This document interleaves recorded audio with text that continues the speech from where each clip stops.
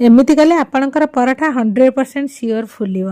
Mix paratha करी देखो सबू पराठा गुड़ा मोर कहीं बेलून भाया फुलुची। अवश्य से मुझे ट्रिक्स अप्लाई करी। फास्ट नहीं आलू आलू नहीं चोपा लगा गोटा आलू को मुझे सिझे जहाँफल आलू को चकटिला बेलू आमर सुखिलिया रहा बिल्कुल भी फाटबनी। मोर किसी चीज थिला किसी पनीर थिला चीज आ पनीर को ग्रेट करके नहीं गली छोट छोट काटा पियाज रसुण आंब कषिया अदा धनिया पत्र नहीं गुंड मसला नहीं किसी संबर मसला जहाँफल पराठार टेस्ट बहुत बढ़िया लगे चाट मसला किसी आमचूर पाउडर नहीं धनिया पाउडर नहीं स्वाद अनुसार लुण नहीं आलू को भलरे चकटी देवे जमती से मिंडा मिंडा रही कारण पराठा बेलिला बेलू जदि आलूर चकटाटा आमर भलरे नई ताले पराठा फाटिज। तापर ये मु अटा चकटा टी नहीं हाल्का सफ्ट नहीं आउ सबुठ इम्पोर्टाट है आम केमी आलू पराठा गढ़िया पूर्व हाथ में भलरे अटा लगेदे जेहेतु आम अटा चकटाटा को सफ्ट कर हाथ में ना लगिज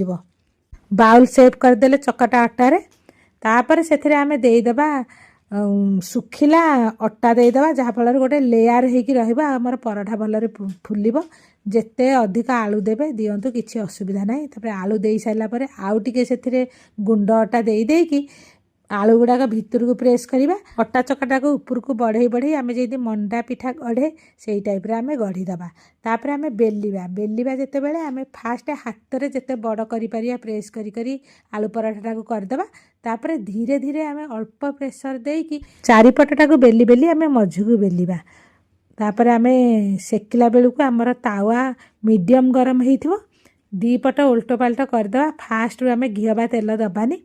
तापर देखंतु केते बढ़िया मोर बिना तेल बा बिना घी देकी केते बढ़िया मोर पराठा फुली गलानी जोठी जदि टिके कणा रही जाइथो सेठी पिठा पातिया से कणाटा को आपण बंद करदेवे देखिए आपणकर पराठा भलरे फुली जिवो। देखंतु सबु पराठा मोर केंदी बेलून भाया फुलीगला ताको मु सर्व करदेली टमाटो सॉस सहित कारण दही मो पाखे सरी जाइतला।